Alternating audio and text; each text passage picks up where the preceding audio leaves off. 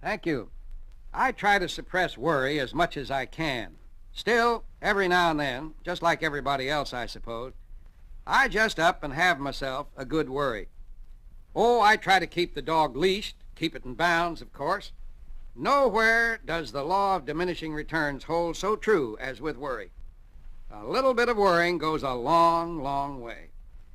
Well, of course, I'm being somewhat facetious, but I'd be less than truthful if I didn't confess to being concerned about the hatred that underlies much of the violence we've been experiencing in this country. Hatred is a pretty ugly word. I doubt that there's anything more ignoble, more destructive of the personality than hatred. The weird thing about hate is that it acts just like an Australian boomerang.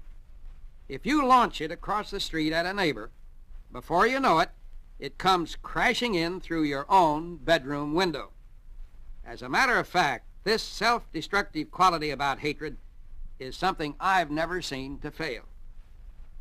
William Lyon Phelps was one of the country's great professors of English. He taught at Yale. He had something to say on a lot of things. Well, Billy Phelps had a method for dealing with hate, and I'd like you to know about it.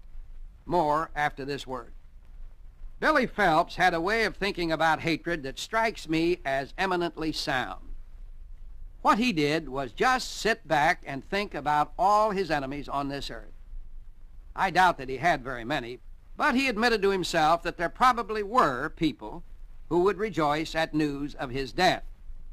The point is, he refused to let this get the better of him.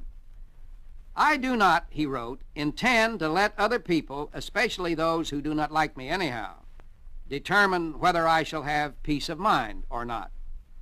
If someone reports to you a malicious word that someone else has said of you, and in consequence of that you become unhappy, you have allowed another person to hold the key of your heart to settle whether you shall be happy or not. And now comes the formula for combating hatred.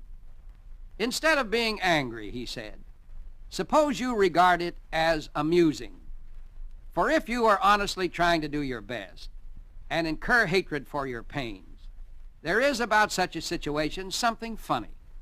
If you can appreciate the humor of it, you are free. Now, of course, it's not always easy to let venom roll off like water from a duck's back. Nobody ever said it was. But if you have the bigness of heart to see the thing in perspective calmly, and even see the humor in the situation, then you've won the round.